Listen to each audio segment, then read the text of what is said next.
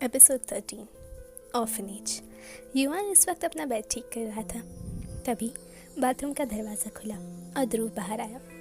युवान का ध्यान उस तरफ नहीं गया था। युवान को अपने काम में ओतप्रोत देखकर ध्रुव ने आवाज़ लगाई, युवान प्लीज़। युवान उसकी आवाज़ सुन पलटा और उसे देखने लगा।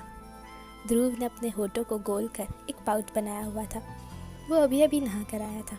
एक टी शर्ट और जीन्स पहने हुए उसने हाथ में टॉवल था। उसके बाल गीले थे जिनसे अभी भी पानी टपक रहा था। युवान ने उसे हंसते हुए देखा और उसे अपने पास आने का इशारा किया। ध्रुव भी मुस्कुरा दिया और उसके पास जल्दी से पहुंच गया। युवान सोफे पर बैठ गया और ध्रुव नीचे फर्श पर पसर कर उसके पैरों के पास बैठ गया। युवान ने ध्रुव से उसका टॉवल लिया और उसके बालों को पोंछने लगा। वहीं ध्रुव अपनी ही धुन में गाने गा रहा था, रब रब रब। युवान ने ध्रुव के बालों को अच्छे से पोंछ लिया और फिर उससे बोला, बैग पैक कर लो, मैं हमारा नाश्ता लगा कर आता हूँ। ध्रुव ने हाँ में सर हिला दी। वो उठ गया और स्टडी टेबल के पास रखी अपनी चेयर पर पड़ी बैग की चेन खोल उसमें से बुक्स भरने लगा। युवान ने उसे एक नज़र देखा और कमरे से बाहर चला गया। कुछ देर बाद युवान कमरे में लौटा तो ध्रुव अपने शूज़ पहन रहा था। वो सोफे पर बैठा हुआ था।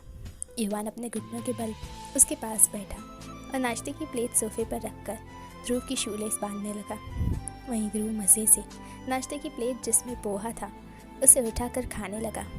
साथ ही उसने स्पून को युवान की तरफ बढ़ाया तो युवान ने भी किसी नानुकुर के बगैर उसके हाथों खा लिया।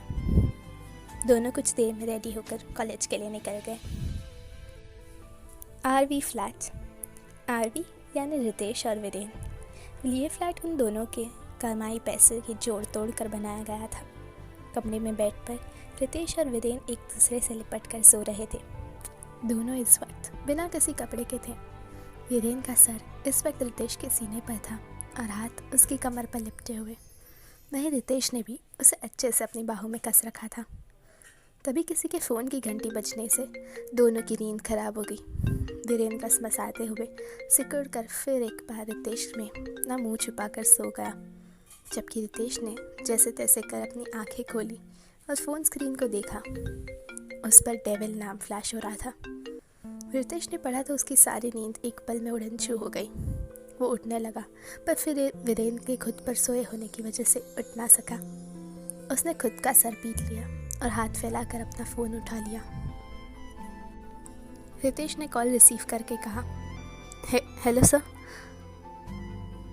जतिन ने सर्द आवाज़ में कहा, कहाँ हो तुम?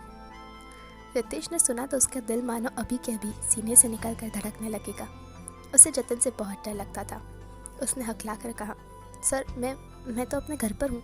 क्या हुआ सर, एनी प्रॉब्लम? जतिन उतनी ही सख्ती बरकरार रखकर बोला, आज रात तक उस नक्सड़े लड़के का रफा दफा करना होगा।